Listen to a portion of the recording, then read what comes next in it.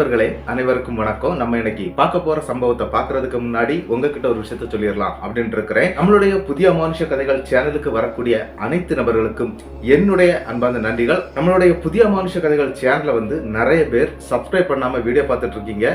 தயவு செய்து சப்ஸ்கிரைப் பண்ணிக்கிட்டு வீடியோவும் பார்த்துருங்க. மறக்காம பெல் ஐக்கானை தட்டிருங்க. உங்க லைஃப்ல இத மாதிரியான அமானுஷ்ய சம்பவங்கள் ஏதாவது நடந்திருந்தா அதை என்னுடைய வாட்ஸ்அப் நம்பருக்கு ஒரு வாய்ஸ் நோட்டான் மற்றும் மெசேஜ் நீங்க அனுப்பலாம். என்னுடைய வாட்ஸ்அப் நம்பரை டிஸ்கிரிப்ஷன்லயும் கொடுத்துருக்கிறேன், இந்த டிஸ்பிளேலையும் தெரியும். கண்டிப்பா ஃபாலோ பண்ணிக்கோங்க. வாங்க இன்னைக்குள்ள சம்பவத்துக்குள்ளாடி நம்ம போயிடலாம். கதை சொல்லிட்டேன் சார். அதுல உனக்கு கதை கேட்டு பழகிடுச்சு, எனக்கு கதை சொல்லியே பழகிடுச்சு. நான் கதை சொல்றேன், நீ கேளு. இந்த சம்பவம் நடக்கக்கூடிய இடங்க நாமக்கல் மாவட்டத்திலிருந்து கிட்டத்தட்ட ஒரு 20 கிலோமீட்டர் சரௌண்டிங்க உள்ளாடி இருக்கக்கூடிய ஒரு அழகிய ஊர்ல நடந்த சம்பவம் தாங்க. இந்த சம்பவத்தை நமக்கு அனுப்பியிருக்கிறது சரண்யா அப்படிங்கிறவங்க தான். இந்த சம்பவத்தை நமக்கு அனுப்பியிருக்கிறாங்க. அவங்களுடைய லைஃப்ல நடந்த ஒரு அதிபயங்கரமான அமானுஷ்ய திகில் சம்பவத்தை தான் நம்ம இன்னைக்கு பார்க்க போறோம். யாருடைய லைஃப்லயும் இந்த மாதிரி ஒரு சம்பவம் நடக்கக்கூடாது அப்படின்னு சொல்லி ஆண்டவனை வேண்டிக்கிடுங்க. அந்த மாதிரியான ஒரு சம்பவத்தை தான் நம்ம இன்னைக்கு பார்க்க போறோம். என்ன அப்படின்னு பாத்தீங்கன்னா, நம்மளுடைய சரண்யாவுக்கு கிட்டத்தட்ட 22 வயசு ஆகுதுங்க. கிட்டத்தட்ட 2018 காலகட்டத்தில் தாங்க இந்த சம்பவம் நம்மளுடைய சரண்யாவுக்கு நடந்திருக்குது. சரண்யா என்ன பண்ணிட்டு இருக்காங்க அப்படின்னா, காலேஜை முடிச்சிட்டாங்க. அவங்க வீட்டுல தான் வேலை பார்த்துட்டு இருக்காங்க. நம்மளுடைய சரண்யாவுடைய குடும்பம் என்ன அப்படிங்கறத நம்ம தெளிவா பார்த்துடலாம். அப்பா இருக்கிறாரு, அம்மா இருக்கிறாங்க, ஒரு தம்பி இருக்கிறாரு. அது போக அவங்க அம்மாவுடைய தம்பியான சரண்யாவுடைய மாமாவும் இருக்கிறாங்க. இப்படி ஒரு குடும்பம் தாங்க. இவங்களுடைய சொந்த வீட்டுல தான் இருந்துட்டு இருக்காங்க. இந்த 4 கட்டு வீடு அப்படின்னு சொல்லுவாங்க இல்லையா, அந்த மாதிரியான ஒரு பழமையான வீடுங்க. அந்த வீடை இவங்க தாத்தா வேற ஒருத்தர் இருந்து விலைக்கு வாங்கி அந்த வீட்டுல இருந்துட்டு இருக்காங்க. இவங்க தாத்தா பாட்டி எல்லாம் இறந்து போயிட்டாங்க. ஆனா என்ன அப்படின்னு பாத்தீங்கன்னா, இந்த வீட்டுக்குள்ளாடி மொத்தம் 3 ரூமுகள் இருக்குங்க. இந்த 3 ரூம்ல நம்மளுடைய சரண்யா மற்றும் அவங்க அம்மா ஒரு ரூம்ல படுத்துருவாங்க. அதே மாதிரி சரண்யாவுடைய தம்பியும் அப்பாவும் ஒரு ரூம்ல படுப்பாங்க. இவங்க மாமாக்கு தனியா ஒரு ரூமுங்க. அந்த ரூம்ல தான் அவரு படுத்திருப்பாரு. அந்த ரூமை அவங்க தாத்தா பாட்டி இருக்காங்க இல்லையா, அவங்க யூஸ் பண்ணிட்டு இருந்திருக்காங்க. யாருடைய அப்பா அம்மா அப்படின்னு கேட்டீங்கன்னா, சரண்யாவுடைய அம்மாவுடைய அப்பா அம்மா தான் இந்த வீடை யூஸ் பண்ணிட்டு, அந்த ரூமை யூஸ் பண்ணிட்டு இருந்திருக்காங்க. அவங்களும் இறந்த பிறகு அவங்களுடைய மகன், அதாவது நம்மளுடைய சரண்யாவுடைய மாமா யூஸ் பண்ணிட்டு இருக்கிறாரு. இப்படிதாங்க அவங்களுடைய குடும்பம் இருக்குது. அது மட்டும் இல்லாம நம்மளுடைய சரண்யாவுடைய அப்பா மெயின் ரோடு பக்கமா இருக்கக்கூடிய அந்த வழியில இவங்க இட்லி கடை நடத்திட்டு வர்றாங்க. அதாவது இட்லி, தோசை இந்த மாதிரியான கடைகள் நடத்திட்டு வர்றாங்க. காலையில 5 மணி அப்படின்னு சொன்னா நம்மளுடைய சரண்யாவுடைய அப்பா இருக்கிறாரு இல்லையா, அவரு இந்த காலையில 5 மணினா வியாபாரத்துக்கு போயிடுவாருங்க. கிட்டத்தட்ட நள்ளிரவு 12 மணிக்கு தான் வருவாரு. அதே மாதிரி அம்மாவுடைய தம்பியான சரண்யாவுடைய மாமா என்ன பண்ணுவார் அப்படின்னா, அவங்க மாமா கூட சேர்ந்து அந்த வியாபாரத்தையும் கவனிக்கிறத அவர் ஒரு வழக்கமா வச்சுட்டு இருக்கிறாரு. அக்கா புருஷன் கூட தான் போறது வழக்கங்க. ஆனா என்ன அப்படின்னா, அவர் அடிக்கடி வீட்டுக்கு வர்றது, மறுபடியும் கடைக்கு போறது, இந்த மாதிரி ஒரு பழக்கம் உள்ளவருங்க. அதாவது அவருக்கு சம்பளம்லாம் எதுவும் கிடையாது. சாயந்தரம் நேரம் எல்லாம் முடிஞ்ச பிறகு ஒரு 100 150 ரூபாய் தாங்க கையில கொடுப்பாங்க. ஆனா அவர் பெரிய செலவாளிகள் ஒண்ணு இல்லை. அதாவது இந்த சரக்கடிக்கக்கூடிய பழக்கமும், சிகரெட்டு, பீடி இந்த மாதிரியான இந்த ஒரு கெட்ட பழக்கமும் இல்லாத ஒரு நல்ல நபர் தாங்க அவரு. ஆனா என்ன நடந்துச்சு அப்படின்னு பாத்தீங்கன்னா, 2017 காலகட்டத்துல நம்மளுடைய சரண்யா இருக்கிறாங்க இல்லையா, அவங்களுக்கு வரன் பார்க்க ஆரம்பிக்கிறாங்க. ஆனா இவங்க மாமா கல்யாணம் ஆகாமலே வீட்டிலே இருந்துட்டு இருக்கிறாரு. அது எதனால அப்படின்னா, சரண்யாவை எப்படியாவது கல்யாணம் பண்ணணும் அப்படிங்கிற ஒரு எண்ணத்துலதான் இருந்துட்டு இருக்கிறாரு. ஆனா அவங்க அம்மாவுக்கு என்ன அப்படின்னா, தன்னுடைய தம்பிக்கு கட்டி கொடுக்கறதுக்கு மனசு இல்லைங்க. ஏன்னா நம்மளுடைய சரண்யா நல்லா படிச்சிருக்கிறாங்க. ஆனா அவங்க தம்பி படிக்கவே இல்லை. அதனால ஒரு சின்ன ஒரு இதுல இருந்துட்டு இருக்காங்க. என்ன அப்படின்னா, படிக்காத பையனுக்கு எப்படி நம்ம பொண்ணை கொடுக்கறது அப்படின்னு சொல்லிட்டு ஒரு தாழ்வு மனப்பான்மையில இருந்துட்டு இருக்காங்க. அது அப்படியே ஓடி போயிட்டே இருக்குதுங்க. ஆனா இந்த இடத்துல சரண்யா ஒரு விஷயத்த அவங்க அம்மா கிட்ட சொல்றாங்க. என்ன அப்படின்னா, நான் கட்டுனா மாமனை தான் கட்டுவேன், எனக்கு மாமா மேலதான் இஷ்டமா இருக்குது அப்படிங்கிற விஷயத்தெல்லாம் சொல்றாங்க. இருந்தாலும் அவங்க அம்மா அதுக்கு சம்மதிக்கவே இல்லை. என்ன அப்படின்னா, இவங்க படிச்சிருக்கிறாங்க, அவர் படிக்கல, நாளைக்கு பெரிய பிரச்சனை ஆயிடுமா, வேற ஒரு வேலையும் அவனுக்கு தெரியாது, மாமா கூட போறான் வர்றான் அவ்வளவுதான் பண்ணிட்டு இருக்கிறான், அவனுக்குன்னு ஒரு வாழ்க்கை இருக்கும், அதை அவன் வாழட்டும், நீ வேற ஒரு வாழ்க்கையை தான் வாழ்ந்தாகணும் அப்படின்னு சொல்லிக்கிட்டு அவங்க அம்மாவும் சொல்லிடுறாங்க. சரின்னு சொல்லிக்கிட்டு வேற வழி இல்லை. அந்த இடத்துல தன்னுடைய தாய் மாமனான அந்த மாமா பேசாமலே இருந்திருக்கிறாரு. சரி, அவர் பேசவும் இல்லை, நம்மளும் கேட்ட பிறகு ஒரு பதிலும் இல்லை அப்படின்னு சொல்லிக்கிட்டு சரண்யாவும் அதை அப்படியே லூஸ்ல விட்டுறாங்க. என்ன நடந்துச்சு அப்படின்னு பாத்தீங்கன்னா, இந்த 2017 கிட்டத்தட்ட டிசம்பர் மாசத்துல தாங்க இந்த பிரச்சனை அவங்களுக்கு ஸ்டார்ட் ஆகுது. அது நாளைக்கு மாப்பிள்ளை வீட்டுக்காரங்க வர்றாங்க அப்படிங்கிற ஒரு தகவல் இவங்களுக்கு வந்துருதுங்க. யாருக்கு? சரண்யாவுடைய அம்மாவுக்கு, சரண்யாவுக்கு வந்துருது. சரண்யாவுடைய அப்பாவுக்கும் தெரியுது, அவங்க மாமாவுக்கும் தெரியுது. இப்படி தெரிஞ்ச பிறகு என்ன நடக்குது அப்படின்னா, அன்னைக்கு நைட் எல்லாருமே சாதாரணமா எப்பவுமே சாப்பிடுறது மாதிரி சாப்பிட்டு எடுத்துக்கிட்டு தூங்கவும் ஆரம்பிச்சிடுறாங்க. மறுநாள் காலையில விடியுது. மணி கரெக்டா 5 மணினா தன்னுடைய தம்பி மற்றும் கணவரை எழுப்புவாங்க. யாரு? சரண்யாவுடைய அம்மா. அப்படி எழுப்பதுக்காக டீயை போட்டுக்கிட்டு அவங்க வர்றாங்க. வந்து முதல்ல எழுப்புறது யார் அப்படின்னா அவங்க தம்பியை தாங்க எழுப்புறாங்க. கதவை தட்டிட்டே இருக்கிறாங்க. அந்த ரூமுடைய கதவு திறக்கப்படவே இல்லை. கதவை திறடா சொல்லிட்டு தட்டுறாங்க. ஆனா கதவு திறக்கவே இல்லைங்க. அதன் பிறகு அந்த சத்தம் கேட்டுக்கிட்டு இவங்க வீட்டுல இருக்கக்கூடிய எல்லாருமே முழிச்சிடுறாங்க. காலையில 5 மணிக்கு எல்லாருமே கிளம்புறதாங்க. இங்க தூங்கிட்டு இருக்கிறது அப்படின்னு சொல்லி பார்க்க போனா நம்மளுடைய சரண்யா மற்றும் அவங்க தம்பி தான் தூங்கிட்டு இருப்பாங்க. மிச்சம் எல்லாருமே எந்திரிச்சிருவாங்க. அவங்க அப்பா எந்திரிச்சு வர்றாரு. அப்படி எந்திரிச்சு வரும்போது எனக்கு எங்க பாருங்க இந்த மாதிரி தம்பி கதவை திறக்க மாட்டேங்கிறான் அப்படின்னு சொன்ன உடனே அவரும் கதவை தட்டி பார்க்கறாரு. கதவு திறக்கப்படலைங்க. இது என்னடா ஆச்சு அப்படின்னு சொல்லிக்கிட்டு யோசிச்சுக்கிட்டு அந்த சைடுல வந்து ஒரு ஜன்னல் இருக்குங்க. அந்த ஜன்னல் வந்து ஓப்பன்ல தான் வச்சிருப்பாராம் எங்க தம்பி எப்பவுமே. அதனால அந்த ஜன்னல் பக்கம் போறாங்க. அப்படி போய் பார்க்கும்போது ஒரு பேரதிர்ச்சிங்க. என்ன அப்படின்னு பாத்தீங்கன்னா அந்த ஜன்னல் வழியா பார்க்கும்போது தன்னுடைய தம்பி அதாவது என்ன பண்ணிருக்கிறாருன்னா அவர் வேஷ்டி சட்டை தாங்க கட்டுவாரு. அதனால அவருடைய வேட்டியில தாங்க அவர் தூக்க மாட்டிருக்கிறாரு. அதுவும் அது ஓட்டு வீடு அப்படிங்கறதுனால உத்திரம் அப்படின்னு சொல்லுவாங்க. இடையில இந்த குறுக்கால கம்பு போட்டிருப்பாங்க. நல்ல கனமான ஒரு கம்புங்க. அந்த கம்புல வந்து சுருக்க போட்டு தொங்கி அந்த இடத்துல அவருடைய உயிர் பிரிஞ்சிருக்குது. அதை இவங்க பார்த்திருக்கிறாங்க. ஐயோ அரண்டுகிட்டு வீட்டுக்குள்ள ஓடுறாங்க. வீட்டுக்குள்ள ஓடி வந்து கதவெல்லாம் உடைக்க ஆரம்பிக்கிறாங்க. உடைக்கக்கூடிய சத்தம் கேட்டு பக்கத்துல எல்லாம் நிறைய வீடுகள் இருக்குங்க. அதாவது இவங்கள மாதிரியான அந்த பழைய வீடுகள் வச்சிருக்கக்கூடியவங்க அந்த கிராமத்துல நிறைய பேர் இருந்திருக்கிறாங்க. அந்த பக்கத்துல இருக்கக்கூடிய ஆட்கள் எல்லாருமே வேக வேகமா ஓடி அந்த இடத்துக்கும் வர்றாங்க. அப்படி வந்து பார்க்கும்போது அந்த கதவை திறக்கவே முடியல. ஏன்னா அந்த கதவு வந்து நல்ல கனமா இருக்குங்க. நல்ல வீதி கூடின கதவு அப்படின்னு சொல்லப்படுது. அதான் நல்ல கனமா இருக்கக்கூடிய ஒரு கதவுங்க. அதையும் உடைக்கவும் ஆரம்பிக்கிறாங்க. உடைச்சு உள்ள போகும்போது தன்னுடைய தம்பி இந்த நிலைமையில இறந்து இருக்கிறது புரியுது. அதுக்கு பிறகு போலீஸுக்கு எல்லாம் தகவல் கொடுக்கப்பட்டு அவங்களும் வந்து இந்த பாடியை எடுத்துட்டு போய் பார்க்கவும் செய்யறாங்க. என்ன அப்படின்னா இது ஏதாவது பிரச்சனைனால இறந்துருக்கிறானா அப்படிங்கிறத பாக்குறதுக்காக அந்த பாடி அங்கிருந்து இறக்குறாங்க. அப்படி இறக்கும் போது என்ன நடக்குது அப்படின்னு பாத்தீங்கன்னா அவருடைய முதுகுல எல்லாம் அங்கங்கேயாக நகத்தினால பராண்டி விட்டது மாதிரி இருக்குங்க. அப்படியே முதுகு, கை, கால், முகத்துல அந்த மாதிரி எல்லாம் 3 நகங்கள் வந்து இழுத்தது மாதிரி, அதாவது 3 விரலுடைய அடையாளம் அப்படின்னு சொல்லலாம். ஆனா அது உடல் முழுக்க அங்கங்கேயா இருக்குது. இது என்னன்னே தெரியல அப்படின்னு சொல்லிக்கிட்டு இவங்க போஸ்ட் மார்ட்டத்துக்கு அனுப்பிடுறாங்க. அதே மாதிரி அவருடைய உடம்புல இருந்த அந்த மார்க் மாதிரியே அவங்க வீட்டுல இருக்கக்கூடிய அவர் படுத்திருக்கக்கூடிய அந்த 2 சைடு செவருன்னு சொல்லாங்க. ஒரு சைடுல வந்து பீரோ, கட்டில் அது இதுன்னு வச்சிருக்காங்க.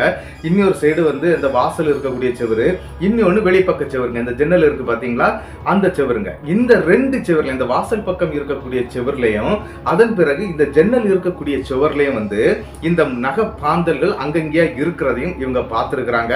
ஆனா என்ன ஆயிட்டு அப்படின்னு பாத்தீங்கன்னா போஸ்ட் மார்ட்டம் ரிப்போர்ட் இவங்களுக்கு கிடைக்குதுங்க. அதாவது இவருடைய பாடியை கொண்டு வந்து அடக்கம்லாம் பண்ணி முடிச்சிடுறாங்க. கிட்டத்தட்ட 3 நாளைக்கு பிறகுதான் இவங்களுக்கு அந்த போஸ்ட் மார்ட்டம் ரிப்போர்ட் கிடைக்குது. அந்த ரிப்போர்ட்டை எடுத்து பார்க்கும்போது ஒரு பேரதிர்ச்சியான ஒரு சம்பவம். என்ன அப்படின்னா அந்த போலீஸ்காரங்களே வந்து சொல்லி இருக்கிறாங்க. என்ன அப்படின்னு பாத்தீங்கன்னா அவருடைய உடம்புல வந்து நிறைய மார்க் இருந்திருக்குங்க. அதாவது நகத்தால அந்த கீறப்பட்ட அந்த மார்க் நிறைய இருந்திருக்குது. அது மட்டும் இல்ல அந்த இடத்தை நாங்க ஒருக்கா செக் பண்ணணும் அப்படின்னு சொல்லிக்கிட்டு அவங்க மாமா இறந்து போன அந்த ரூமுக்குள்ளாடி அந்த போலீஸ்காரங்க வந்திருக்கிறாங்க. அவங்க வந்து பார்க்கும்போது அவங்களுக்கு பெருசா எதுவும் தெரியல. ஆனா இந்த செவர்ல அதே மாதிரியான மார்க்குகள் 2 பக்கமும் இருக்கிறத பார்த்துக்கிட்டு கொஞ்சம் அரண்டு போயிடுறாங்க. இது என்னன்னே தெரியலமா அப்படிங்கிற மாதிரி பேசிட்டு இருக்கும்போது அந்த இடத்துல ஒரு போலீஸ்காரர்களே வந்து ஒரு ஐயப்ப பக்தர் இருக்கிறாரு. அவரு கிட்டத்தட்ட 10-18 வருஷங்களாட்டு இந்த மாதிரி கோயிலுக்கு போயிட்டு இருக்கக்கூடிய சபரிமலைக்கு போகக்கூடியவருங்க. அவரு என்ன பண்றாரு அப்படின்னா அந்த இதை பார்த்துக்கிட்டு அந்த இடத்துல அந்த மார்க் எல்லாம் பார்த்துக்கிட்டு ஏமா எனக்கு தப்பா தெரியுது, இங்க வேற என்னதோ ஒண்ணு இருக்கிறது மாதிரி இருக்குது, யாரோ பில்லி சூனியம் செய்வனைகள் செய்தா கூட இந்த மாதிரி நிறைய இடத்துல நடந்திருக்குது, அதனால நீங்க எதுக்கு ஏதாவது ஒரு மாந்திரிகர்களை பார்த்து இதை வந்து பாருங்கம்மா அப்படிங்கிற மாதிரி சொல்லிக்கிட்டு அந்த ஐயப்ப பக்தரும் அங்க இருந்து கிளம்பிடுறாருங்க. ஆனா இந்த ரிப்போர்ட் இருக்கு பாத்தீங்களா, அந்த ரிப்போர்ட்ல இன்னொரு தகவல் இருக்குங்க. என்ன அப்படின்னு பாத்தீங்கன்னா இப்போ ஒரு மனுஷன் இறந்துட்டான் அப்படின்னா கிட்டத்தட்ட 2-2.5 மணி நேரத்துக்கு வந்து அந்த பிளட் வந்து அப்படியே இருக்குங்க. அதாவது உறைந்த நிலையில இருந்துட்டு தான் இருக்கும். ஆனா அதை வந்து போஸ்ட்மார்ட்டம் ரிப்போர்ட்ல வந்து அவங்களுக்கு தெரியும் ரத்தம் இருக்குது, உறைஞ்ச நிலையில இறந்து போயிருக்கிறாரு அப்படிங்கிற விஷயம் எல்லாம் தெரியும் இல்லையா.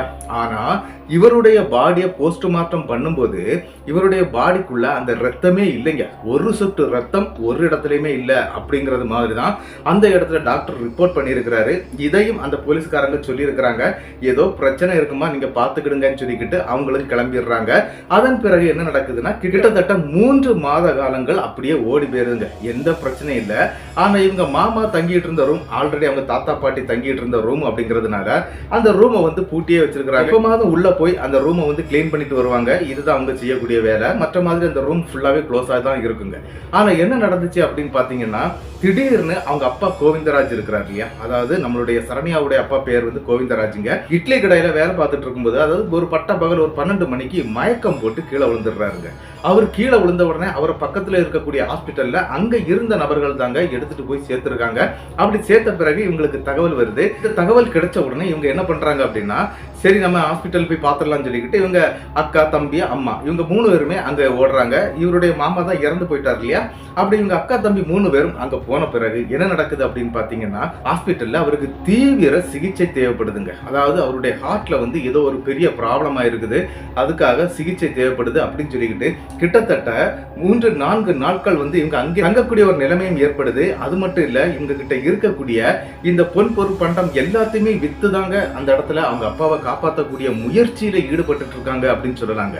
அந்த மாதிரி இருக்கக்கூடிய டைம்ல என்ன ஆயிட்டு அப்படின்னா கிட்டத்தட்ட ஒரு 2 லட்சம் ரூபாய் தேவைப்படுதுங்க. அதாவது என்ன அப்படின்னா ட்ரீட்மெண்ட் செலவுக்காக தேவைப்படுது. அந்த டைம்ல வந்து என்ன அப்படின்னு பாத்தீங்கன்னா இவங்க கையில இருக்கக்கூடிய இந்த காசெல்லாம் கரைஞ்சிருது.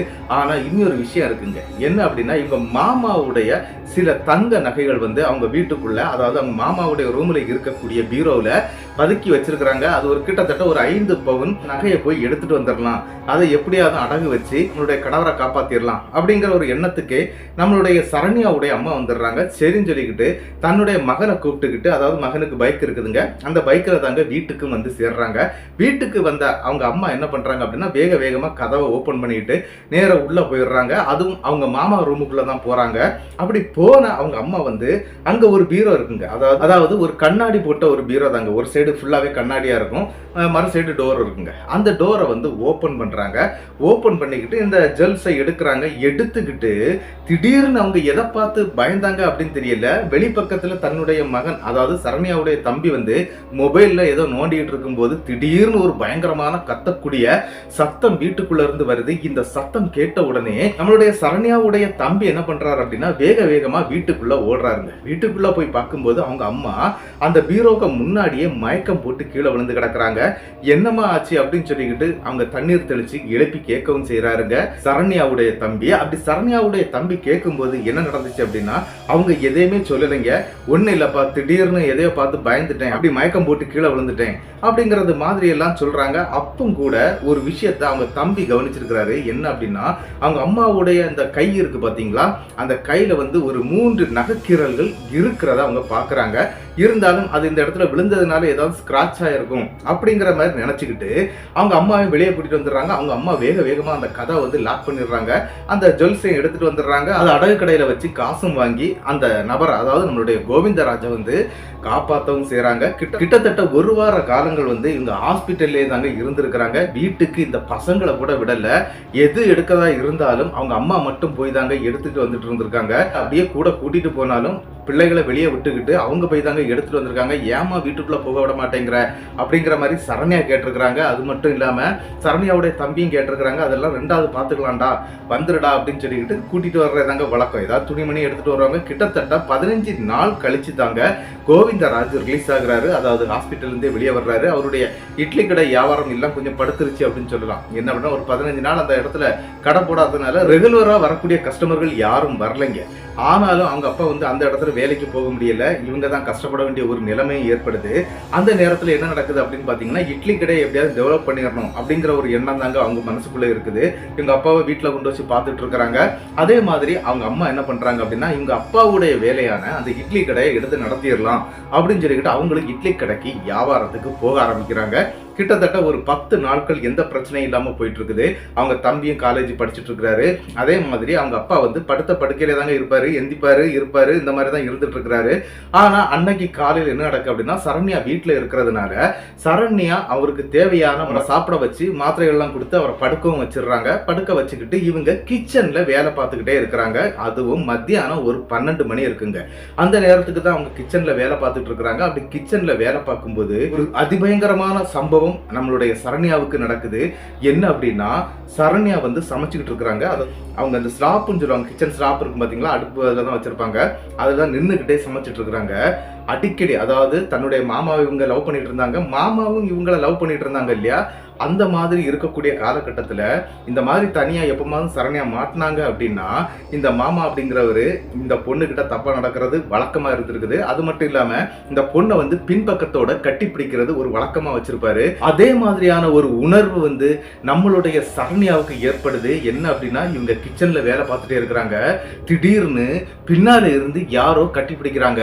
அப்படி கட்டி பிடிச்ச உடனே அந்த இடத்துல நம்மளுடைய சரண்யா என்ன நினைக்கிறாங்க அப்படின்னா, நம்மளுடைய மாமா தான் வந்து கட்டி பிடிக்கிறாரு அப்படின்ட்டு நினைக்கிறாங்க. ஆனா மாமா இறந்தது அவங்களுக்கு நன்றாகவே தெரியும். அப்புறம் எப்படி மாமாவா இருக்க முடியும் அப்படின்னு சொல்லிக்கிட்டு தலையை திருப்பதுக்கு முயற்சி பண்றாங்க. ஆனா தலையை திருப்ப முடியல. இன்னொரு விஷயம் என்ன அப்படின்னா, அவங்க உடல் வந்து அப்படியே ஸ்தம்பிச்சு போய் இருக்குதுங்க. அந்த உடல்களை அங்கேயும் இங்கேயும் அசைக்க முடியல, கை கால் எதுவுமே அசையல. அப்ப அவங்க என்ன பண்றாங்க அப்படின்னா, தன்னுடைய வலது கையை ரொம்ப கஷ்டப்பட்டு எடுத்து அந்த இடுப்புல பிடிச்சிருக்குது பாத்தீங்களா, கட்டி பிடிச்சிருக்கு இல்லையா, அதை அப்படியே கை வச்சு பாக்குறாங்க.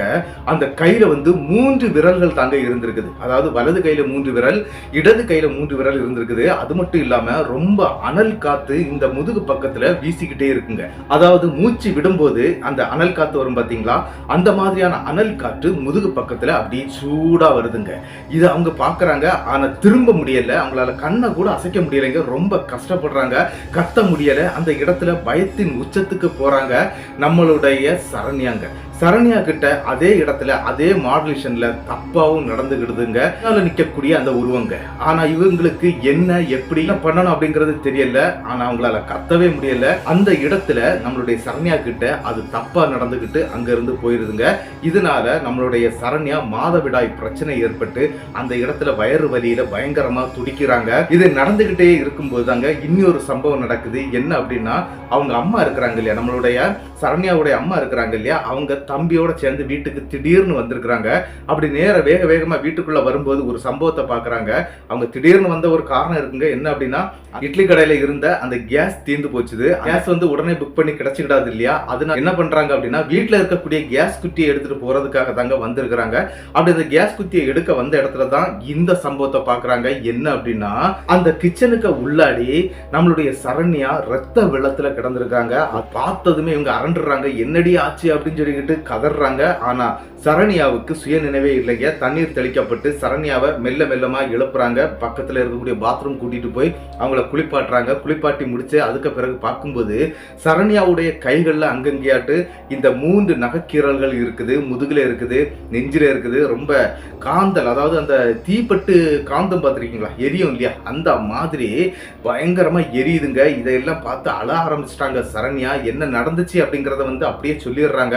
என் பின்னால இருந்து இந்த மாதிரி ஏதோ ஒன்று இந்த மாதிரி பண்ணிடுச்சுமா, அது என்னதுன்னே தெரியல, நம்ம வீட்டுக்குள்ளாடி ஏதோ ஒன்று இருக்குது, தயவு செய்து ஏதாவது பாருங்க அப்படிங்கிறது மாதிரி பேசிக்கிட்டு இருக்கும்போது அவங்க அப்பா கோவிந்தராஜ் வந்து அங்க ரூம்ல படுத்திருக்கிறாரு இல்லையா, அவருக்கு இந்த எந்த சத்தமும் கேட்கலைங்க. இங்க என்ன நடந்ததுன்னு அவருக்கும் தெரியாது.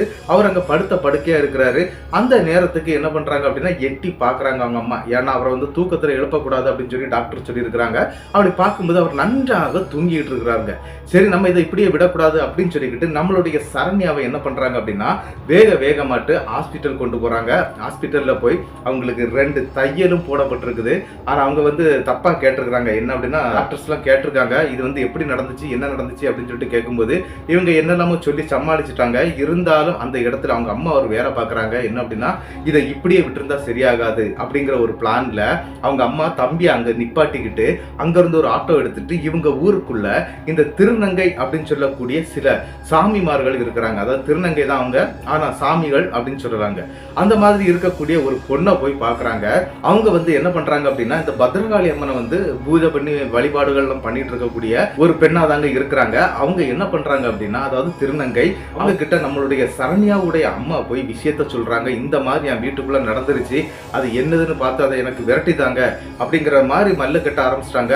ஆனா அந்த இடத்துல அந்த பெண் வந்து திடீர்னு ஒரு ஞான திருஷ்டிக்கு போய் போயிருக்கிறாங்க. அந்த திருநங்கை இருக்கிறாங்க இல்லையா, ஒரு ஞான திருஷ்டிக்கு போய் அப்படியே பார்த்துக்கிட்டு நான் வர்றேம்மா, ஆனா உங்க வீட்டுக்கு நான் வந்து பிரயோஜனம் இல்லம்மா அப்படிங்கறது மாதிரி சொல்றாங்க. இருந்தாலும் இல்லம்மா நீங்க கண்டிப்பா வரணும், நான் பெரிய பிரச்சனையில மாட்டிட்டு இருக்கிறேன், என்னுடைய பொண்ணுக்கு இந்த மாதிரி ஆயிடுச்சு அப்படிங்கிற விஷயத்தெல்லாம் சொல்லி அந்த வீட்டுக்கு கூட்டிட்டு வர்றாங்க.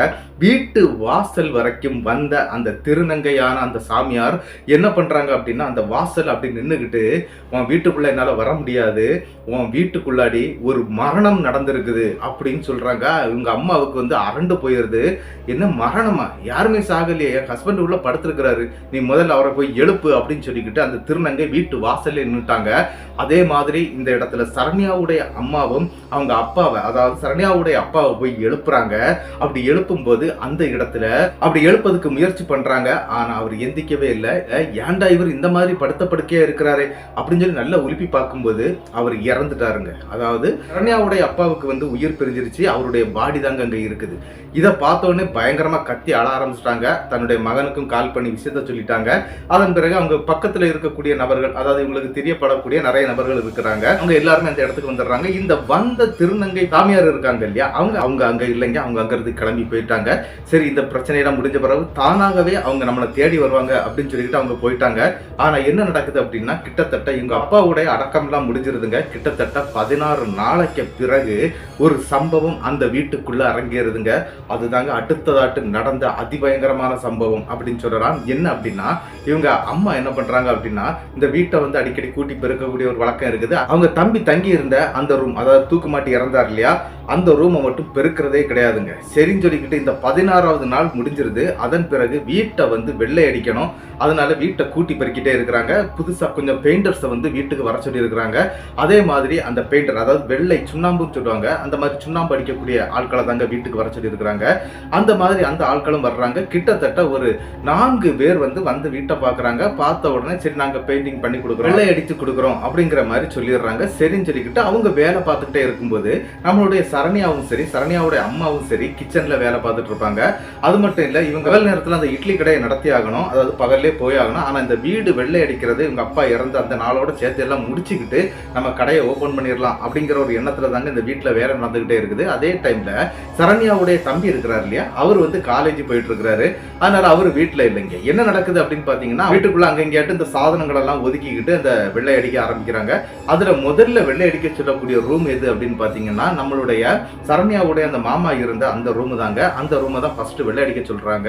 அப்ப அங்க இருக்கக்கூடிய பொருட்கள் எல்லாத்தையுமே வந்து ஒரு இடத்துல சென்ட்ரா கூட்டி வைக்கிறாங்க. அதாவது சென்ட்ரா வச்சுக்கிட்டு தாங்க செவர்ல வெள்ளை அடிக்க முடியும். அப்படி வெள்ளை அடிக்கும் போது அந்த கூட்டத்துல இருக்கக்கூடிய ஒரு பெயிண்டர் வந்து என்ன பண்றாரு அப்படின்னா, தனியா நின்று தாங்க அதுக்கு உள்ளாடி வெள்ளை அடிச்சுக்கிட்டே இருக்கிறாரு. அப்படி வெள்ளை அடிச்சுக்கிட்டு இருக்கும்போது அவர் வந்து இந்த நகைக்கீரல் இருந்தது பாத்தீங்களா, 2 செவர்லயும் இருந்தது, அந்த நகைக்கீரல்களை வந்து அப்படியே கவனிக்கிறாரு. கவனிச்சுக்கிட்டு கூட இருக்கக்கூடிய பெயிண்டரை கூப்பிட்டு விஷயத்த சொல்றாரு. என்ன அப்படின்னா, இந்த ரூமுக்குள்ளாடி ஏதோ ஒரு தீய சக்தி இருக்குது, இந்த ரூமுக்குள்ள வந்த உடனே என்னுடைய தொண்டை, அதாவது அவருடைய தொண்டையில வந்து பயங்கரமான எரிச்சல் ஏற்பட்டிருக்குங்க. அப்படி எரிச்சல் ஏற்படுது அப்படின்னா அவருக்கு தெரியுமா இந்த மாதிரி ஏதோ ஒரு தீய சக்தி இருக்குதுன்னு அவருடைய மைண்டுக்குள்ள சொல்லிக்கிட்டே இருக்கும். அந்த மாதிரி இந்த ரூமுக்குள்ளாடி ஏதோ ஒரு தீய சக்தி இருக்குது அப்படின்னு சொல்லி பேசிக்கிட்டே இருக்கும்போது தாங்க அடுத்த ஒரு பயங்கரமான சம்பவம் நடக்குது. மேலே இருக்கக்கூடிய ஓடு இருக்கு பாத்தீங்களா, ஓட்டு வீடு தான், அந்த ஓடு உடைந்து இவருடைய அந்த பெயிண்டர் சொன்னார் இல்லையா, அந்த பெயிண்டருடைய தலையில விழுந்து 3 தையல் போடக்கூடிய அளவுல ரத்தம் பீச்சி அடிக்குதுங்க. அந்த ரத்தம் பீச்சி அடிச்சு அவருடைய கையெல்லாம் வடிஞ்சு கீழே வரைக்கும் போயிருது. என்னடா சத்தம் அப்படின்னு சொல்லிக்கிட்டு ஓடி வர்றாங்க. நம்மளுடைய சரண்யாவும் சரண்யாவுடைய அம்மாவும் வந்து பார்க்கும்போது அங்க ரத்த வெள்ளத்துல இருக்கிறாங்க. மற்ற 3 பெயிண்டர்கள் சேர்ந்து தாங்க இந்த பெயிண்டரை வெளியே கூட்டிட்டு போய் பக்கத்துல இருக்கக்கூடிய ஹாஸ்பிட்டல்ல தையலும் போட்டுறாங்க. அவர் வந்து அதுக்கு பிறகு வேலைக்கு வரல, ஸ்ட்ரெயிட்டா அவர் வீட்டுக்கு போயிடுறாரு. ஆனா என்ன அப்படின்னா, அந்த ரூமுக்குள்ள நின்று அவர் பேசினது இந்த விஷயத்தை தான், அதாவது ஏதோ ஒரு தீய சக்தி இந்த ரூமுக்குள்ள இருக்குது அப்படின்னு சொல்லி பேசினார் இல்லையா, இந்த விஷயம் வந்து அவங்க அம்மா காதுக்கும் விழுந்தது, அதே மாதிரி சரண்யாவுடைய காதலையும் விழுந்தது. சரின்னு சொல்லிட்டு அவங்க கண்டுகிடல, பெயிண்ட் அடிச்சுட்டு போயிடட்டும் அப்படின்னு தாங்க நினைச்சாங்க. ஆனா இவர் பேசின அடுத்த செகண்ட் அவருக்கு இப்படி நடக்கவே இவங்களுக்கு பயம் உச்சத்துக்கு போயிருது. சரி 16 நாள் காரியம் முடிஞ்ச பிறகு இதை பண்ணிக்கலாம் அப்படின்னு தானே இருந்தாங்க. கிட்டத்தட்ட என்ன ஆயிட்டு அப்படின்னா 2 மாத காலங்கள் ஓடி போயிட்டே இருக்குது. ஆனா இந்த பெயிண்டர்கள் வந்து இந்த என்ன சொல்லிட்டு போயிருக்கிறாங்க அப்படின்னா, இந்த வீட்டுக்குள்ள ஏதோ ஒண்ணு இருக்குது, எல்லாருக்குமே முதுகுல 3 நகைக்கீரல்கள் பட்டிருக்குங்க. அதாவது என்ன அப்படின்னா, வந்த பெயிண்டர்ஸ்க்கு எல்லாருக்குமே அது நடந்திருக்குது. அந்த ரூமை மட்டும் அவங்க வெள்ளை அடிக்கும் போது இந்த மாதிரி பிரச்சனை அவங்க அனுபவிச்சிருக்கிறாங்க. அதனால இந்த ரூமுக்குள்ள யாரும் போகாதீங்க அப்படிங்கிறது மாதிரி எல்லாம் அந்த பெயிண்டர்களை விஷயங்களை சொல்லிக்கிட்டு போயிடுறாங்க. இவங்களுக்கு பயம் இன்னும் கூடிக்கிட்டே வருதுங்க. நம்மளுடைய சரண்யா அம்மா, அதுக்கு பிறகு சரண்யாவுடைய தம்பியும் இந்த இடத்துல நல்லா பயப்பட ஆரம்பிச்சிட்டாரு. கிட்டத்தட்ட என்ன நடக்குது அப்படின்னு பாத்தீங்கன்னா, சரி நம்ம இந்த வீட்டிலே இருக்க வேண்டாம், கொஞ்ச நாள் வேற ஒரு வீட்டுல வாடகைக்கு இருக்கலாம் அப்படிங்கிற மாதிரி யோசிக்கிறாங்க. அப்படி யோசிச்சுட்டு இருக்கும்போது தாங்க ஒரு விஷயம் நடக்குது. இவங்க அம்மா என்ன பண்றாங்க அப்படின்னா, இந்த திருநங்கை சாமியார்கள் இருக்கிறாங்க பாத்தீங்களா, அவங்கள போய் சந்திக்கிறாங்க. சந்திச்சு இந்த மாதிரி என் வீட்டுக்குள்ள மறுபடியும் பிரச்சனை ஆயிட்டே இருக்குது, நீங்க கண்டிப்பா வந்து அது என்ன ஏதுங்கிறத பார்த்து எனக்கு கிளியர் பண்ணி கொடுக்கணும் அப்படிங்கிற மாதிரி கேட்கறாங்க. சரிம்மா நான் வர்றேன், கிட்டத்தட்ட ஒரு 2 நாளையில நான் வர்றேம்மா, அதாவது அமாவாசை முடிந்ததும் நான் வர்றேம்மா அப்படிங்கிறது மாதிரி திருநங்கை சாமியாரும் சொல்லிடுறாங்க. சரின்னு சொல்லிக்கிட்டு இவங்களும் வீட்டுக்கு வந்துடுறாங்க. ஆனா என்ன அப்படின்னு பாத்தீங்கன்னா, அந்த வீட்டுக்குள்ளாடி அவங்களால அன்னையில இருந்து தூங்கவே முடியலைங்க. ஏதோ சத்தங்கள்லாம் பயங்கரமா கேட்க ஆரம்பிச்சிருக்குங்க. திடீர்னு பகல் நேரத்துல அவங்க வீட்டுக்கு உள்ளாடி இந்த கரும் உருவங்கள் அங்கே இங்கே சுத்துறதெல்லாம் பார்த்துருக்காங்க. அது மட்டும் இல்லாம இன்னொரு விஷயம் என்ன அப்படின்னு பாத்தீங்கன்னா, பானை இருக்கு பாத்தீங்களா, மண் பானை, அந்த மண் பானையில ஒரு தலை மட்டும் இருந்ததை அவங்க அம்மா பார்த்துருக்குறாங்க. இப்படி பல விஷயங்கள்ல அவங்க பயப்பட ஆரம்பிக்கிறாங்க. அது பயமுறுத்த ஆரம்பிக்குது. ஆனா என்னது அங்க இருக்குது அப்படிங்கறத வந்து யாராலையும் சொல்ல முடியல. ஆனா இவங்க அம்மா 2 தடவை அந்த பீரோ கண்ணாடி இருந்து பாத்தீங்களா, அதை சந்திச்சிருக்கிறாங்க. ஆனா அவங்களால அதை எப்படி எக்ஸ்பிளைன் பண்ணணும் அப்படின்ட்டு தெரியாமலேயே தாங்க இருந்துட்டு இருக்கிறாங்க. அதையும் அந்த திருநங்கை சாமியார் கிட்ட விஷயங்களை எடுத்து சொல்லியிருக்கிறாங்க. இந்த மாதிரி நான் ஒரு உருவத்தை அங்க பார்த்துருக்கிறேன் அப்படிங்கிற மாதிரி சொல்லியிருக்கிறாங்க. சரிம்மா நான் வந்து கிளியர் பண்ணி கொடுக்குறேன் அப்படிங்கிற மாதிரி அந்த திருநங்கை பூசாரி, அந்த சாமியார் இருக்காங்க இல்லையா, அவங்களும் சொல்லிடுறாங்க. சரின்னு சொல்லிக்கிட்டு அந்த இடத்துல ஒரு 3 நாட்கள் போயிருதுங்க. அதாவது 3வது நாள் வந்து அந்த திருநங்கை சாமியார்கள் வந்து வீட்டுக்கு வர்றாங்க. வீட்டுக்கு வந்த உடனே அவங்க என்ன பண்றாங்க அப்படின்னா, முதல்ல நீங்க இந்த வீட்டிலே இருக்கக்கூடாது, இருக்கக்கூடிய சாமான் செட், அதாவது தேவையான சாமான் செட்டுகளை எடுத்துக்கிட்டு நீங்க வேற வீட்டுக்கு போயிருங்க. நான் கிட்டத்தட்ட 2 நாளையில இவ்வளவு ஜாமானம் வாங்கி வைங்க, அதாவது கிட்டத்தட்ட ஒரு பெரிய லிஸ்டே கொடுத்துருக்காங்க. 1 லட்சம் ரூபாய் கேட்டிருக்கிறாங்க இதை கிளியர் பண்ணி கொடுக்கறதுக்கு. இதை எல்லாமே அந்த இடத்துல அவங்க ரெடி பண்றாங்க. எப்படி 2 நாள் ஆகும் உங்களுக்கு அதை ரெடி பண்ணணும் அப்படின்னா, அதே மாதிரி அவங்க எல்லாம் ரெடி பண்ணி வைக்கிறாங்க. ஆனா அந்த வீட்டுல இல்லைங்க, அவங்க அந்த வீட்டுல இருக்கக்கூடிய தேவையான பொருட்கள் மட்டும்தான் எடுத்துருக்காங்க. அவங்க மாமாவுடைய ரூம்ல இருந்த எந்த பொருளையுமே இவங்க தொடலைங்க, அப்படிதாங்க வச்சிருக்காங்க. அதன் பிறகு இந்த 2 நாளைக்கு பிறகுதாங்க இந்த திருநங்கை பூசாரி அங்க வர்றாரு. அப்படி அங்க வந்து என்ன நடக்குது அப்படின்னு பாத்தீங்கன்னா, அவங்க வீட்டுல வந்து நடுமுத்தம் அப்படின்னு சொல்லி ஒரு ஏரியா இருக்குங்க. அதாவது இந்த சுத்தி ரூமா இருக்கும், 4 கட்டு வீடு அப்படின்னு சொல்லும்போது இந்த சென்டர்ல ஒரு நடுமுத்தம் வச்சிருப்பாங்க. அந்த நடுமுத்தம் அப்படிங்கிற அந்த ஏரியால தாங்க இந்த திருநங்கை பூசாரிகள் வந்து உட்கார்றாங்க. அந்த பூஜைக்கான சாதனங்கள் எல்லாமே ரெடி பண்ணப்படுது. அதே நேரத்துல அதுல முக்கியத்துவமா இருக்கக்கூடிய ஒரு திருநங்கை என்ன பண்றாங்க அப்படின்னா, உங்க மாமா இருக்கக்கூடிய அந்த ரூம் இருக்கு பாத்தீங்களா, அதை நோக்கி நடக்க ஆரம்பிக்கிறாங்க. அப்படி நடக்கும்போது இவங்க எல்லாருமே எங்கதான் இருக்கிறாங்க, சரண்யாவுடைய தம்பி, அவங்க அம்மா. அதன் பிறகு கிட்டத்தட்ட ஒரு 3 எக்ஸ்ட்ராவாட்டு திருநங்கை பூசாரிகள் அங்க இருந்துட்டு இருக்கிறாங்க. அவங்க இந்த தேவையான வேலைகள்லாம் பார்த்துட்டு இருக்கிறாங்க. அந்த பூஜைக்கான இந்த ஹோம குண்டம் எல்லாம் வளர்க்கறதுக்குள்ள ஒரு விஷயங்களை பண்ணிக்கிட்டு இருக்கிறாங்க. அந்த நேரத்துல அந்த ஒரு திருநங்கை பூசாரி, அதாவது ஏற்றவும் மேனா இருக்கக்கூடிய ஒரு ஆள் அப்படின்னு சொல்லலாம், அந்த நபர் என்ன பண்றாரு அப்படின்னா, வேகமாட்டு அந்த மாமாவுடைய அந்த ரூமுக்கு முன்னாடி போய் நிக்கிறாருங்க. அப்படி நிற்கும் போது அந்த ரூம் ஆல்ரெடி லாக் பண்ணப்பட்டிருக்குது. அதனால சரண்யாவுடைய அம்மா கிட்ட சாவியை கேட்கிறாரு. அவங்களும் அந்த கீயை கொடுக்குறாங்க. கீயை போட்டு ஓபனும் பண்ணி உள்ள போயிடுறாங்க. உள்ள போனவர் சரண்யாவுடைய அம்மாவை சீக்கிரம் இங்க வாங்க அப்படின்னு சொல்லி கூப்பிடுறாங்க. அப்படி கூப்பிட்ட உடனே அவங்க அம்மாவும் உள்ள வந்துடுறாங்க. உள்ள வந்த உடனே அவங்க ஒரு விஷயத்த சொல்றாரு. என்ன அப்படின்னா, அந்த பீரோ கண்ணாடியில தான் அது இருக்குது அப்படின்னு சொல்றாங்க. அவங்க அம்மா அரண்டுறாங்க. ஏன் அப்படின்னா, 2 தடவை அவங்க அம்மா பார்த்தது அந்த பீரோ கண்ணாடியில. அதன் பிறகு போக போக வீட்டுக்குள்ள அந்த உருவங்கள் நடக்கிறது, இந்த மண்பானையில இருந்த தலை, இதை எல்லாமே பார்த்துருக்குறாங்க இல்லையா. இந்த விஷயம் எல்லாம் அந்த இடத்துல அவங்களுக்கு ஒரு கனவு மாதிரி வந்துட்டு போகுதுங்க. ஆமையா, இந்த கண்ணாடியில தான் அந்த உருவத்தை பார்த்தேன் அப்படிங்கிறது மாதிரி அந்த திருநங்கை பூசாரி கிட்ட, அந்த சாமியார் கிட்ட விஷயங்களை சொல்றாங்க. ஆனா அவர் என்ன பண்றாரு அப்படின்னா, இந்த கண்ணாடியை உடனே எடுக்கணும் அப்படின்னு சொல்றாருங்க. ஆனா இந்த கண்ணாடி வந்து கிட்டத்தட்ட அந்த பீரோ வாங்கி ஒரு 25 வருஷத்துக்கிட்ட ஆயிடுச்சு. அதாவது அவங்க அப்பா காலத்துல வாங்கப்பட்ட ஒரு பீரோ தான். ஆனா அந்த பீரோ வந்து அந்த வீட்டுக்கு வந்த பிறகுதான் வாங்கியிருக்கிறாங்க. அந்த பீரோ கண்ணாடியை வந்து கலத்த முடியாது. என்ன அப்படின்னா, அது செட்டோட சேர்ந்து இருக்கக்கூடியது. அதனால அந்த கண்ணாடியை எப்படியாவது கலத்தணும் அப்படிங்கிறது மாதிரி திருநங்கை சாமியார் சொல்ல, சரண்யா அது கலத்த முடியாது, வேணா நீங்க ஏதாவது கலத்தி எடுத்துக்கிடுங்க அப்படிங்கிற மாதிரி அந்த டோரை ஓபன் பண்ணிடுறாங்க. ஓபன் பண்ண உடனே அந்த இடத்துல நிற்கக்கூடிய அந்த திருநங்கை சாமியார் வந்து என்ன பண்றாரு அப்படின்னா, அந்த டோரை எப்படியாவது கலத்தணும்னு சொல்லிக்கிட்டு கூட இருக்கக்கூடிய மற்ற நபர்களை வந்து உள்ள கூப்பிடுறாரு. அதே மாதிரி அந்த நபர்களும் உள்ள வந்துடுறாங்க. உள்ள வந்து அந்த கதவை அப்படி இப்படி மட்டும் போட்டு அசைச்சு அந்த கதவை புடுங்கி கையில எடுத்துடுறாங்க. கையில எடுத்தது மட்டும் இல்லாம அந்த கதவை அப்படியே தூக்கிட்டு போய் அந்த ஃப்ரண்ட் சைட்ல, அதாவது எங்க அப்படின்னா அந்த நடுமுத்தம் அப்படின்னு நான் சொன்னேன் இல்லையா, அந்த இடத்துக்கு கொண்டு வந்துடுறாங்க. அந்த இடத்துக்கு கொண்டு வரும்போது என்ன நடந்துச்சு அப்படின்னு பாத்தீங்கன்னா, அந்த கதவை பூட்ட சொல்லிட்டாங்க. எந்த கதவு? அங்க மாமா இறந்து போன அந்த ரூமுடைய கதவை பூட்ட சொல்லிட்டு வெளியே வந்துடுறாங்க. அதே மாதிரி அவங்க அம்மாவும் பூட்டிட்டு வந்துடுறாங்க. எல்லாருமே நடுமுத்தத்துக்கு வந்துடுறாங்க. ஆனா ஒரு அதிபயங்கரமான சம்பவம் அதுக்குள்ளாடி நடக்குதுங்க. என்ன அப்படின்னு பாத்தீங்கன்னா, அந்த ரூமுக்கு உள்ளாடி இந்த மாதிரியான பயங்கரமான சத்தங்கள் கேக்குதுங்க. பட்டார் டமார்னு கேக்குது. எதையோ உள்ள தூக்கி போட்டு உடைக்கிற மாதிரி எல்லாம் பயங்கரமான சத்தம் கேக்குது. அந்த கண்ணாடியை கலத்ததுக்கு சுத்தி நிறைய ஸ்க்ரூ எல்லாம் போட்டு வச்சிருக்காங்க. சின்ன ஒரு மர ஃப்ரேம்ல தாங்க அது ரெடி பண்ணப்பட்டிருக்குது. அந்த ஃப்ரேமை வந்து கலத்துறாங்க. கலத்தி அந்த கண்ணாடியை எடுத்து அப்படி மலர்த்தும் போது தாங்க ஒரு விஷயமே தெரியுது. என்ன அப்படின்னா, உள்ள வந்து கொஞ்சம் முடி இருக்குங்க. அதாவது கருகருன்னு கொஞ்சம் முடி இருக்குது. அது மட்டும் இல்லாம ஒரு எலும்பு துண்டு, அதை சுத்தி ஒரு தகுடால கட்டப்பட்டிருக்குதுங்க. ஒரு கருப்பு நூலால கட்டப்பட்டிருக்குது. அது மட்டும் இல்ல, கொஞ்சம் சாம்பல்லாம் அதுக்குள்ளாடி இருக்குதுங்க. அதை எல்லாத்தையுமே எடுத்து அங்க இருக்கக்கூடிய ஒரு பாத்திரத்துல அப்படியே வைக்கிறாங்க. அப்படி வைக்க இந்த வீட்டுக்குள்ள, அதாவது கிச்சன்ல சவுண்டு கேட்கும், திடீர்னு ஃப்ரண்ட்ல இருக்கக்கூடிய ரூம்ல சவுண்டு கேட்கும். அதாவது அந்த கோவிந்தராஜ், அதாவது நம்மளுடைய சரண்யாவுடைய அப்பா இறந்தார் இல்லையா, அந்த ரூமுக்குள்ள சத்தம் கேட்கும். இப்படி மாத்தி மாத்தி அந்த வீட்டுக்குள்ள பயங்கரமான சத்தங்கள் கேட்கவும் ஆரம்பிக்குது. அது மட்டும் இல்லாம நாய்கள் வீட்டுக்கு வெளியில பயங்கரமா கத்துதுங்க. இவங்க அரண்டு போய் இருக்கிறாங்க. சரண்யா அம்மா, அதுக்கப்புறம் தம்பி எல்லாம் பயந்து நடுங்கி போயிருக்கிறாங்க. ஆனா அந்த திருநங்கை பூசாரி என்ன சொல்றாரு அப்படின்னா, ஒண்ணு இல்ல, நீங்க பயப்படாதீங்க, அது நம்ம கட்டுப்பாட்டுக்குள்ளதான் இருக்குது, நம்ம அதை கிளியர் பண்ணிடலாம் அப்படின்னு சொல்றாங்க. ஆனா அது என்னது அப்படிங்கிற விஷயத்த சொல்லவே இல்லைங்க. திடீர்னு அந்த இடத்துல ஒரு சம்பவம் நடக்குது. என்ன அப்படின்னா, நம்மளுடைய சரண்யாவுடைய தம்பி இருக்கிறார் இல்லையா, அவர் வந்து திடீர்னு மயக்கம் போட்டு கீழே விழுந்துடுறாரு. அவர் கீழே விழுந்த உடனே அவரை அதுக்கு பிறகு தண்ணீர் எல்லாம் தெளிச்சு எழுப்பப்படுது. அப்படி எடுக்கும்போது அடுத்தது சரண்யா மயக்கம் போட்டு விழுந்துடுறாங்க. இப்படி மாத்தி மாத்தி அவங்க வீட்டுல இருக்கக்கூடிய 3 பேரும் மயக்கம் போட, அவங்களை எழுப்புறது, இதே வேலையாயிட்டு இருக்குது. அப்ப அது கொஞ்சம் பவர்ஃபுல்லான ஒரு விஷயம் தான் இங்க இருந்துட்டு இருக்குது அப்படிங்கிறது மாதிரி அந்த திருநங்கை சாமியாரும் சொல்றாரு.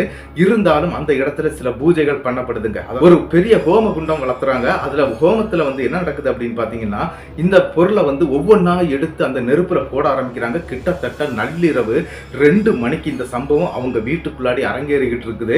அந்த நேரத்துல இந்த பக்கத்துல சின்ன சின்ன சாதனங்கள்லாம் வச்சிருப்பாங்க. இவங்க சின்ன சின்ன சாதனம் அப்படின்னு சொல்ல போனா, இந்த மேசை, நாற்காலி, பெரிய பெரிய கொஞ்சம் ஒரு மாதிரியான சாதனங்கள்லாம் வச்சிருக்கிறாங்க. மர சாதனங்கள் தான். அதை காலை உடைச்சி வீசுதுங்க. அந்த கம்பு வந்து அப்படி சர்றன்னு இவங்க முன்னாடி வந்து அப்படியே அந்த சைடு போகுமா, அந்த மாதிரி எல்லாம் நடந்திருக்குது. நிறைய கம்பு, பாத்திரங்கள் இதெல்லாம் வந்து விழுந்திருக்குது. ஆனா இவங்களுக்கு மேல யாருக்கு மேலேயும் அடிப்படல.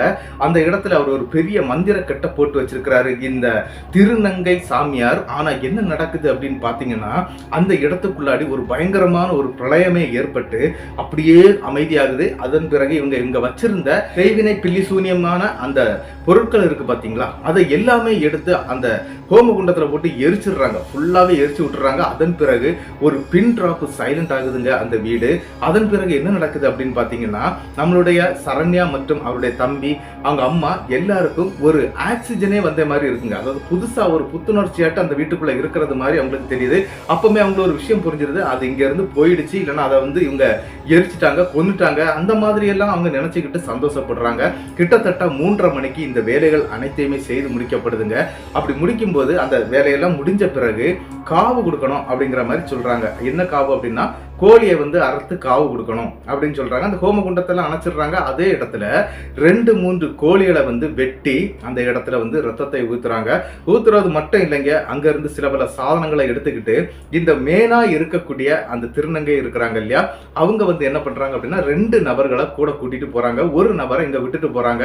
நான் வர்றது வரைக்கும் நீ இதை பாத்துக்கமா அப்படிங்கிற மாதிரி சொல்லிக்கிட்டு அவங்க 3 பேருமே அவங்க ஊர்ல இருக்கக்கூடிய அந்த சுடுகாட்டுக்கு போய் ஏதோ சில பல வேலைகள்லாம் செய்து முடிச்சுக்கிட்டு 4:30 மணிக்கு மறுபடியும் திருப்பி வீட்டுக்கு வந்துடுறாங்க. வந்த பிறகு நம்மளுடைய சரண்யாவுடைய அம்மா கிட்ட ஒரு விஷயத்த சொல்றாங்க. என்ன அப்படின்னா, உங்க வீட்டுல இருந்தது இரத்த காட்டேரி அப்படின்னு சொல்றாங்க. இவங்களுக்கு அரண்டுறது. அந்த நேரத்துல தான் நம்மளுடைய சரண்யாவுடைய அம்மா வந்து இந்த விஷயத்த கேட்கறாங்க. என்ன அப்படின்னா, சரி இரத்த காட்டேரி இருந்தது ஓகே, ஆனா அது எப்படி என்னுடைய வீட்டுக்குள்ளாடி வந்துச்சு அப்படின்ட்டு கேட்கறாங்க. அப்படி கேட்கும்போது தாங்க அந்த திருநங்கையான அந்த சாமியார் வந்து என்ன சொல்றாரு அப்படின்னா, இந்த மாதிரி ஒரு பெரிய சம்பவம் உங்க குடும்பத்துக்குள்ளாடி நடந்து நடந்திருக்குமா அப்படின்னு சொல்லி ஏற்கனவே இவங்க அப்பா, அதாவது சரண்யாவுடைய தாத்தா செய்த ஒரு சில தப்புகளை வந்து அந்த இடத்துல சொல்றாருங்க.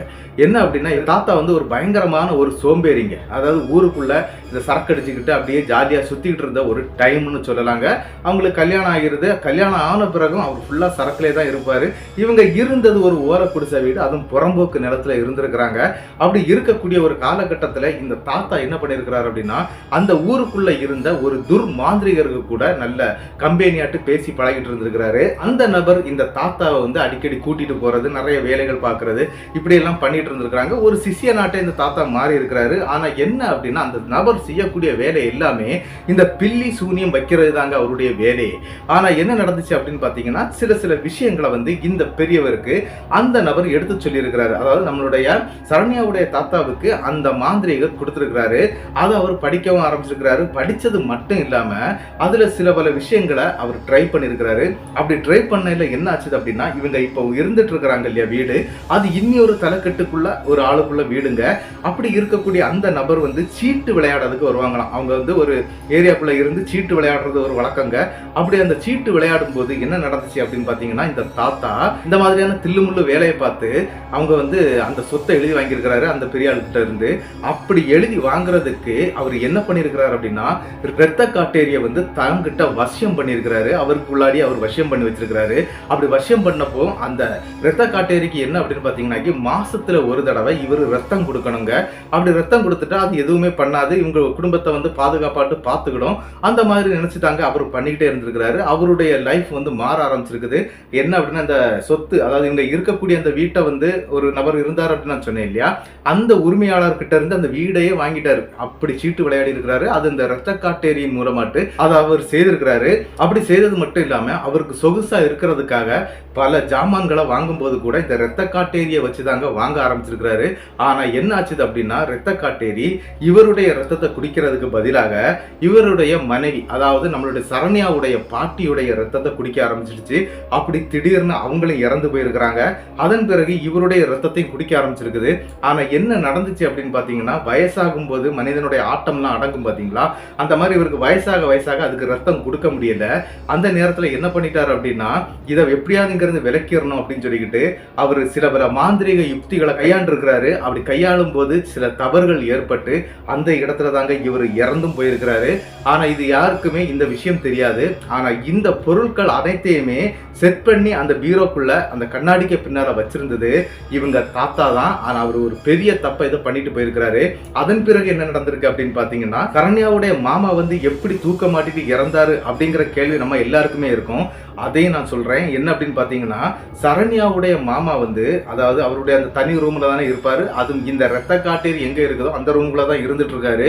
அந்த நேரத்துல நள்ளிரவு நேரங்கள்ல சரண்யா மாதிரியே உருமாறி வந்து நம்மளுடைய அந்த சரண்யாவுடைய மாமா இருக்கிறார் இல்லையா, அவருடைய உடம்புக்குள்ள இருந்த ரத்தங்களை கொஞ்சம் கொஞ்சமா குடிக்க ஆரம்பிச்சிருக்குது. அவரு என்ன நினைச்சிட்டாரு அப்படின்னா, நம்ம சரண்யா நமக்கு தான், நம்ம தான் கல்யாணம் பண்ண போறோம், இதை யாராலையும் தடுக்க முடியாது, அவளுக்கு ஒரு குழந்தை உண்டாயிடுச்சுன்னா எங்க அக்காளால ஒன்றும் பண்ண முடியாது, எனக்கு தான் கெட்டி வச்சாகணும் அப்படிங்கிற எண்ணத்துல அவரும் அந்த இரத்த காட்டேரி கூட தாங்க ஜாலியா இருந்திருக்கிறாரு. அப்படி ஜாலியா இருந்து தன்னுடைய ரத்தங்கள் அனைத்தையுமே அவர் கொடுத்துட்டாரு. ஆனா என்னன்னா, அவர் ரத்தம் கொடுக்கறது அவருக்கே தெரியாது. ஆனா ஒரு விஷயம் எப்படி அவர் கண்டுபிடிச்சாரு அப்படின்னா, சரண்யா வந்து பொண்ணு பாக்குறதுக்காக மறுநாள் வர்றாங்க. அதுக்கு முந்தின நாள் நைட்டு தானே இந்த பிரச்சனை இவருக்கு நடந்துச்சு, அதாவது அவர் இறந்தாரு. அந்த முந்தின நாள் நைட்டு நடந்த சம்பவம் வந்து என்ன அப்படின்னு பாத்தீங்கன்னா, என்னடா நம்ம எப்பவுமே கதவை லாக் பண்ணிட்டு படுக்கிறோம், எப்படி சரண்யா மட்டும் அந்த கதவு லாக்க ஓபன் பண்ணிட்டு நம்ம கூட வந்து படுக்கிறா அப்படிங்கிற விஷயத்தை தெரிஞ்சுக்கிடணும் அப்படின்னு சொல்லிட்டு அவர் தூங்காமலே அந்த பெட்ஷீட்டை தலைவலியா மூடிட்டு படுத்திருக்கிறாரு. கிட்டத்தட்ட நள்ளிரவு 2 மணிக்கு மேலதாங்க இந்த சம்பவம் நடக்குமா. அதே மாதிரி அவர் பார்த்துக்கிட்டே இருக்கும்போது அந்த சரண்யாங்கிற பெண் வந்து அந்த இடத்துல இருந்து வரல, அதாவது டோர் பக்கத்துல இருந்து வரல. இந்த பீரோ கண்ணாடி இருந்து பாத்தீங்களா, அவருக்கு கால் மாட்டில தாங்க இந்த பீரோ கண்ணாடி இருக்குது. அந்த பீரோல இருந்து தாங்க இறங்கி அப்படி வர்றதை இவரு பாக்குறாரு. அது பார்த்த உடனே இவர் அரண்டுறாரு. அரண்டுகிட்டு சரண்யா சரண்யான்னு சொல்லிட்டு அந்த டைம்லயே கத்தி இருக்கிறாரு. ஆனா அவர் கத்துனது இங்க வெளியில யாருக்கும் கேட்கல. அப்படி பார்த்துக்கிட்டு, நீ எப்படி பீரோக்குள்ள இருந்து வந்த அப்படின்னு சொல்லி கேட்டுக்கிட்டு அந்த பெண்ணுடைய கை, அதாவது சரண்யான்னு நினைச்சுக்கிட்டு அந்த இரத்த காட்டேரியுடைய கையை பிடிச்சிருக்கிறாரு. அப்படி பிடிக்கும்போது அது முழுசாக சரண்யாவுடைய உருவத்துக்கு வராம இருந்திருக்குது. முகம் மட்டும்தாங்க சரண்யாவுடைய முகத்துல இருக்குது. அந்த கை இருக்கு பாத்தீங்களா, அது 3 விரல்கள் தாங்க இருக்குமா அந்த நகத்தோட சேர்ந்து. அந்த கையை தாங்க நம்மளுடைய சரண்யாவுடைய மாமா வந்து பிடிக்கிறாரு. அப்படி பிடிச்ச உடனே அவருக்கு புரிஞ்சிருது, நம்ம இவ்வளவு நாள் வேற ஏதோ தப்புல இருந்திருக்கோம், நம்ம மாட்டிக்கிட்டோம், நம்மளை இது ஏதோ பண்ணிட போகுதுன்னு சொல்லி டோரை திறக்கிறதுக்காக ஓடி இருக்கிறாரு. அந்த நேரத்துல அவரு கட்டிட்டு இருந்த அந்த வேட்டியை கலட்டி தாங்க அவருடைய கழுத்துல சுருக்க போட்டு இந்த மாதிரி தொங்க விட்டுருச்சு. அது மட்டும் இல்லாம அவருடைய உடம்புக்குள்ள இருந்த ஒரு சொட்டு ரத்தம் இல்லாம அப்படியே உறிஞ்சு குடிச்சிருக்குது. அது மட்டும் இல்லாம அவருடைய உடம்புல வந்து அங்கங்கே நகைக்கீரல்களை அது பாய்ச்சி விட்டுட்டு போயிடுச்சுங்க. இதுதான் உங்க மாமாவுக்கு நடந்த சம்பவம், அதாவது சரண்யாவுடைய மாமாவுக்கு நடந்த சம்பவம் அப்படின்னு சொல்லி திருநங்கை பூசாரி, அதாவது திருநங்கை சாமியார் இருக்காங்க இல்லையா, அவங்க வந்து எடுத்து சொல்லிடுறாங்க. இந்த வீட்டுல நீங்க இனிமேல் இருக்கக்கூடாது. ஏன் அப்படின்னா நிறைய உயிர் பலி வாங்கியிருக்குது. அது மட்டும் இல்லாம இது வேற யாரும் உங்களுக்கு செய்யல, இதை வந்து உங்க அப்பாவே இந்த மாதிரி கொண்டு செய்து வச்சதுனாலதான், அதாவது அவராட்டே இதை கொண்டு வச்சிருந்ததுனால இங்க இருக்கக்கூடிய இந்த வீடு வந்து அதுக்கு தான் சொந்தம் அப்படிங்கறது மாதிரி அதை நினைச்சுக்கிட்டு இங்கதான் இருக்குது. அதனுடைய வீரியத்தை நான் குறைச்சிட்டேன், ஆனா அது இங்க இருந்து போகிறது மாதிரி தெரியல. அதனால நீங்க என்ன பண்றீங்க அப்படின்னா, உங்க உயிர் உங்களுக்கு வேணும் அப்படின்னா தயவு செய்து நீங்க வேற வீட்டுக்கு போயிருங்க. வீடு வாடகை எடுத்து வேணாலும் நீங்க மாறி இருங்க. இந்த இடத்த வந்து, அதாவது வீடை இடிச்சுக்கிட்டு அதுக்கு பிறகு விற்கக்கூடிய வழியை பாருங்க அப்படிங்கிறது மாதிரி எல்லாம் அந்த இடத்துல வந்து அந்த திருநங்கை சாமியார்கள் வந்து எல்லாமே சொல்லிக்கிட்டு அவங்களும் அங்கிருந்து கிளம்பிடுறாங்க. விடிய காலையிலே இவங்க வீட்டை க்ளோஸ் பண்ணிடுறாங்க. க்ளோஸ் பண்ணிக்கிட்டு இவங்க பக்கத்துல ஆல்ரெடி ஒரு வீடு பார்த்துருந்தாங்க இல்லையா, அதாவது ஆல்ரெடி ஒரு வாடகை வீட்டுக்கு போயிட்டாங்க. அந்த வீட்டிலே போய் இருந்துட்டாங்க. இப்போ வரைக்கும் என்ன அப்படின்னு பாத்தீங்கன்னா, இது வந்து நடந்தது 2018 காலகட்டத்தில், 2025 ஆகுதுங்க. இப்போ அவங்க அந்த வாடகை வீட்டில் தான் இருந்துட்டு இருக்காங்க. இப்போ எந்த பிரச்சனையும் இல்லை. ஆனா அந்த சொத்து, அந்த பழைய வீடு இருக்கு பாத்தீங்களா, அதை சுத்தமா இடிச்சிருக்கிறாங்க. அப்படி இடிக்கும் போது கூட ஏகப்பட்ட பிரச்சனைகள் அந்த வீட்டை இடித்த நபர்களுக்கு நடந்திருக்குங்க. அதனால அந்த வீட்டை இடிக்கிறதுக்கு நிறைய பேர் வரல. அதன் பிறகு காலப்போக்கில் அதுக்கு பக்கத்துல எல்லாம் ஏகப்பட்ட வீடுகள் வந்ததுனால அந்த வீட்டை வந்து ஜேசிபி வச்சு இடிச்சிருக்கிறாங்க. அப்படி இடிச்சதுல ஒரு ஜேசிபி டிரைவரை இறந்தும் போயிருக்கிறாராம் மர்மமான முறையில. வீட்டுல ஒய்ஃபு கூட சண்டை போட்டுட்டு தூக்க மாட்டி இறந்திருக்கிறாரு. அது இதனாலயா இல்ல அவருக்கு நடந்ததா அப்படிங்கிறது எங்களுக்கு தெரியல. அதன் பிறகு ஒரு வழி அந்த வீட்டை நாங்க இடிச்சிட்டோம். ஆனா அதன் பிறகு அந்த இடத்துல எந்த பிரச்சனையும் இல்லை. மறுபடியும் அந்த திருநங்கை பூசாரி இருக்கிறாங்க இல்லையா, அதாவது சாமியாரு, அவங்கள போய் பார்த்துருக்குறாங்க. பார்த்து விஷயத்தை கேட்கும்போது இல்ல, அது இங்க இருந்து போயிடுச்சு, இந்த வீடு இருக்கிறது வரைக்கும் தான் அது இங்க இருக்கும், அதன் பிறகு அதால இங்க இருக்க முடியாது, அதனால அது போயிடுச்சு, நீங்க இனிமேல் தாராளமா இந்த வீட்டை நீங்க வித்துக்கிடலாம் அப்படிங்கிறது மாதிரி அந்த திருநங்கை சாமியார்களும் சொல்லி இருக்கிறாங்க. அதன் பிறகு அந்த இடத்தை வந்து, அவங்க இருந்த வீட்டை வந்து 4 பங்காட்டு போட்டு, அதாவது என்ன அப்படின்னு பாத்தீங்கன்னா, அவங்க வீடு இருக்கிறது வந்து 3/4 ஏக்கர்ல ஒரு 5 சென்ட் பூமி வீடு தாங்க. மிச்சம் இருக்கக்கூடிய இடம் எல்லாம் எங்களுக்குள்ளதுதான். அந்த இடம் எல்லாத்தையுமே சேர்த்து மொத்தமா வித்துட்டாங்க. வித்துக்கிட்டு இப்போ அதே வாடகை வீட்டுல தான் இருந்துட்டு இருக்காங்க. ரம்யாவுக்கு கல்யாணம் பண்ணி அவங்க துபாயில செட்டில் ஆயிட்டாங்க. என்ன அப்படின்னா, ஹஸ்பண்ட் வந்து துபாயில வேலை பார்த்துட்டு இருக்கிறதுனால அவங்க அங்க போயிட்டாங்க. அதே மாதிரி அவங்க தம்பி வந்து சென்னையில இருக்கக்கூடிய ஒரு ஐடி கம்பெனில வேலை பார்த்துட்டு இருக்கிறாரு. அதனால அவர் அங்க இருக்கிறாரு. அவருக்கும் கல்யாணம் ஆகிடுச்சுங்க. என்ன நடந்திருக்கு அப்படின்னு பாத்தீங்கன்னா, இப்போ அந்த வாடகை வீடு அப்படின்னு நான் சொன்னேன் இல்லையா, அந்த வீட்டுல அவங்க அம்மா மட்டும் தான் இருந்துட்டு இருக்கிறாங்க. அடிக்கடி சென்னை போய் தன்னுடைய மகனை பாக்குறது, அந்த மாதிரி ரிட்டர்ன் வந்துடுறது அப்படிதான் இருந்துட்டு இருக்கிறாங்க. என்ன அப்படின்னா, இந்த இடம் வந்து வித்தாங்க இல்லையா, அதுல வந்து 3 பங்கு தாங்க விற்க முடிஞ்சது. அந்த வீடு இருந்த பங்கை வந்து இவங்க அம்மா யாருக்குமே கொடுக்கல. ஏன்னா ஏதாவது பிரச்சனை ஆயிருமோன்னு ஒரு பயத்துல அந்த இடத்தை அப்படி வச்சிருக்கிறாங்க. அதுல சில பல செடிகள் வளர்த்துக்கிட்டு இருக்கிறாங்க. அந்த செடிகள் வளர்க்கறதுனால அதுக்கு காலையில போய் தண்ணி ஊத்துறது, வாங்குறது, அந்த மாதிரி எல்லாம் நன்றாக பார்த்துட்டு இருக்காங்க. சின்ன ஒரு தோட்டம் மாதிரி இந்த இடத்த வச்சிருக்கிறாங்க.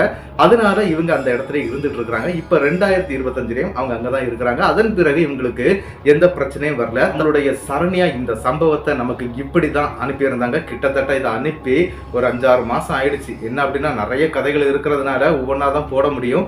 அதனால நான் கொஞ்சம் லேட்டா தான் எடுத்து பேசிட்டு இருக்கிறேன். இந்த சம்பவத்தை அனுப்பின நம்மளுடைய சரண்யா மற்றும் அவங்க அம்மா, அவங்க தம்பி, இவங்க 3 பேரும் சேர்ந்து தான் இதை ஒரு பிளான் பண்ணி அனுப்பியிருக்கிறாங்க. அவங்களுக்கு என்னுடைய பெரிய நன்றிகளை நான் சொல்லிக்கிடுறேன். இந்த சம்பவம் எப்படி இருந்துச்சு அப்படிங்கிறத வந்து மறக்காம கமெண்ட் பாக்ஸ்ல கமெண்ட் பண்ணிட்டு போயிருங்க. இந்த சம்பவம் உங்களுக்கு பிடிச்சிருந்தா உங்களுக்கு தெரியக்கூடிய அனைத்து நபர்களுக்கும் இந்த சம்பவத்தை ஷேர் பண்ணி விட்டுருங்க. இந்த சம்பவத்துக்கு மறக்காம ஒரு லைக்கை கொடுத்துருங்க. முக்கியமான விஷயத்தை ஒன்று சொல்றேன், சப்ஸ்கிரைப் பண்ணிக்கிட்டு பெல் ஐகானை தட்டிருங்க. அடுத்த வீடியோவில் சந்திக்கும் வரை உங்களிடமிருந்து விடைபெறுவது உங்கள் நாகர்கோவில் நாகராஜன். நன்றி நண்பர்களே.